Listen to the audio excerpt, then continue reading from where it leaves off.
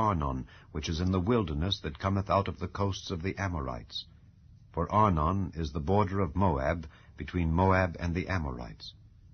Wherefore it is said in the book of the wars of the Lord, what he did in the Red Sea, and in the brooks of Arnon, and at the stream of the brooks that goeth down to the dwelling of Ar, and lieth upon the border of Moab. And from thence they went to Beer, that is the well whereof the Lord spake unto Moses, Gather the people together, and I will give them water. Then Israel sang this song, Spring up, O well, sing ye unto it. The princes digged the well, the nobles of the people digged it by the direction of the lawgiver with their staves. And from the wilderness they went to Mattanah, and from Mattanah to Nahaliel, and from Nahaliel to Bamoth, and from Bamoth in the valley that is in the country of Moab to the top of Pisgah, which looketh toward Jeshimon. And Israel sent messengers unto Sihon king of the Amorites, saying, Let me pass through thy land. We will not turn into the fields or into the vineyards. We will not drink of the waters of the well, but we will go along by the king's highway until we be past thy borders. And Sihon would not suffer Israel to pass through his border, but Sihon gathered all his people together and went out against Israel into the wilderness. And he came to Jahaz and fought against Israel. And Israel smote him with the edge of the sword, and possessed his land from Arnon unto Jabbok, even unto the children of Ammon, for the border of the children of Ammon was strong. And Israel took all these cities, and Israel dwelt in all the cities of the Amorites, in Heshbon, and in all the villages thereof. For Heshbon was the city of Sihon the king of the Amorites, who had fought against the former king of Moab, and taken all his land out of his hand, even unto Arnon. Wherefore they that speak in Proverbs say, Come into Heshbon, let the city of Sihon be built and prepared. For there is a fire gone out of Heshbon, a flame from the city of Sihon. It hath consumed Ar of Moab, and the lords of the high places of Arnon. Woe to thee, Moab! Thou art undone, O people of Chemosh. He hath given his sons that escaped, and his daughters, into captivity unto Sihon king of the Amorites. We have shot at them. Heshbon is perished even unto Dibon, and we have laid them waste even unto Nophah, which reacheth unto Medeba. Thus Israel dwelt in the land of the Amorites. And Moses sent to spy out Jahazer, and they took the villages thereof, and drove out the Amorites that were there. And they turned and went up by the way of Bashan, and Og the king of Bashan went out against them, he and all his people, to the battle at Edrei. And the Lord said unto Moses, Fear him not, for I have delivered him into thy hand, and all his people and his land. And thou shalt do to him as thou didst unto Sihon king of the Amorites, which dwelt at Heshbon. So they smote him and his sons and all his people, until there was none left him alive, and they possessed his land. Chapter 22. And the children of Israel set forward, and pitched in the plains of Moab on this side Jordan by Jericho. And Balak the son of Zippor saw all that Israel had done to the Amorites. And Moab was sore afraid of the people, because they were many, and Moab was distressed because of the children of Israel. And Moab said unto the elders of Midian, Now shall this company lick up all that are round about us, as the ox licketh up the grass of the field.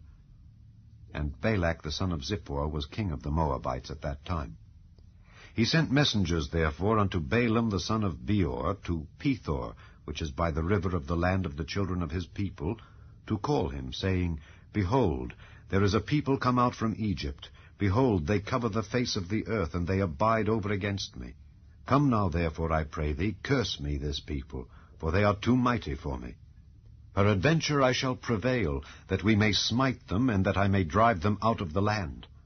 For I wot that he whom thou blessest is blessed, and he whom thou cursest is cursed. And the elders of Moab and the elders of Midian departed with the rewards of divination in their hand. And they came unto Balaam, and spake unto him the words of Balak. And he said unto them, Lodge here this night, and I will bring you word again, as the Lord shall speak unto me. And the princes of Moab abode with Balaam. And God came unto Balaam, and said, What men are these with thee? And Balaam said unto God, Balak the son of Zippor, king of Moab, hath sent unto me, saying, Behold, there is a people come out of Egypt, which covereth the face of the earth. Come now, curse me them. Peradventure I shall be able to overcome them, and drive them out.